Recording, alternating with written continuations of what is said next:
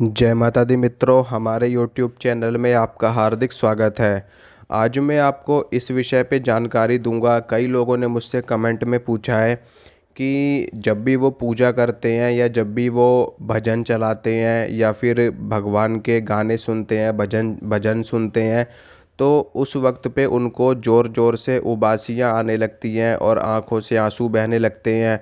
और कई लोगों को इस हद तक होने लगता है कि उनका शरीर भी हिलने लगता है, वाइब्रेशन होने लगती है और सिर में भी दर्द होने लगता है, चक्कर से उनको महसूस होने लगते हैं।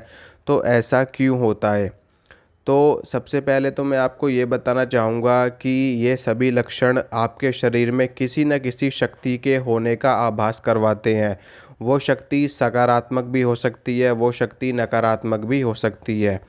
सकारात्मक शक्ति के कुछ लक्षण होते हैं, वो मैं आपको बताता हूँ कि सकारात्मक शक्ति जब भी अपना कोई लक्षण हमें दिखाती है या अपना किसी भी रूप से अपना परिचय करवाती है, तो उससे हमें कष्ट नहीं होता। जैसे कि जब आप किसी की पूजा कर रहे हो, मान लो आप किसी भी देवी या किसी भी देवता की पूजा कर रहे हो, तो उस वक्त में आपको उबासी आने लगे पूजा करते वक्त, और आपको पूरे दिन भर में कभी भी ना आए उबासी, सिर्फ़ और सिर्फ पूजा करते वक्त उबासी आने लगे और ज़ोर ज़ोर से जम्हाई आने लगे, आंखें भारी भारी हो जाएं, सिर भी हल्का भारी भारी हो जाए और शरीर भी हल्का भारी भारी हो जाए, तो इसका मतलब ये है कि आपके ऊपर आपके इष्ट देव की या जिनकी भी आप पूजा कर रहे हो, जिनकी भी आप साधना कर रहे हो, उनकी कृपा है, उनकी शक्ति आपके ऊपर मौजूद है। ठीक है? वो चाहे छोटे रूप में मौजूद हो, चाहे बड़े रूप में हो, लेकिन उनकी शक्ति, उनका कोई भी स्वरूप, उनके दूत, उनके गण, उनकी योगिनियाँ, उनकी शक्ति, उन वो सभी आपके ऊपर मौजूद हैं। इसी कारण से आपको जब भी आप पूजा करते हो, ये सारी चीज़ें आपके साथ होने लगती हैं। दूसरी चीज़, जब कोई नकारात्मक शक्ति शरीर के ऊपर असर दिखाती है अपना, तो उसके क्या लक्षण होते हैं?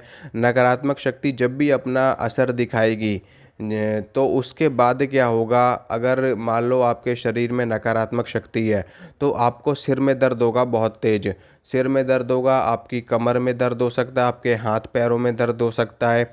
कभी एक हाथ में दर्द होगा, कभी एक पैर में दर्द होगा, कभी आपके कंधे भारी भारी से लगेंगे आपको। और उसके बाद ऐसा लगेगा आपको जैसे कि बहुत ही ज़्यादा किसी ने पिटाई करी हो, उठने का मन नहीं करेगा।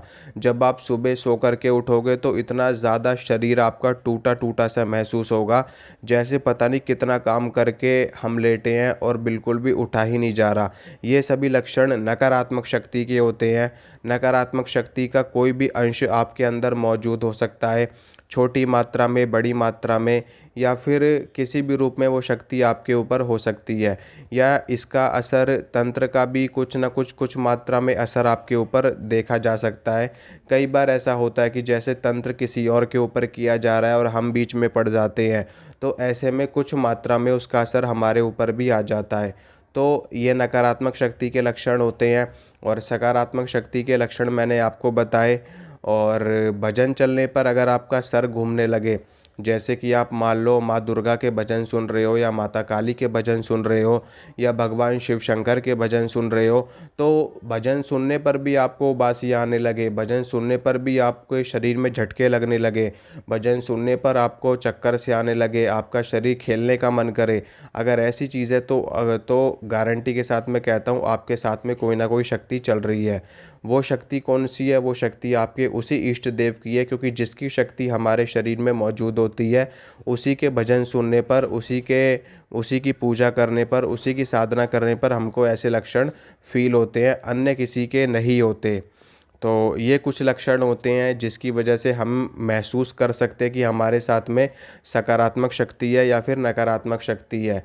और अगर आपको भी उबासी आती है पूजा करते वक्त या आपके साथ भी ये सारी चीज़ें होती है, तो आप लोग समझ जाना कि आपके साथ में कोई ना कोई अच्छी शक्ति चल रही है। तो आशा करता हूँ दोस्तों, जो जानकारी मैंने आपको दी है अच्छी लगी होगी, पसंद आई होगी। तो वीडियो को लाइक कीजिए, शेयर कीजिए, चैनल को सब्सक्राइब कीजिए, ताकि मैं जो भी वीडियो डालूँ उसकी नोटिफिकेशन आपको मिल सके।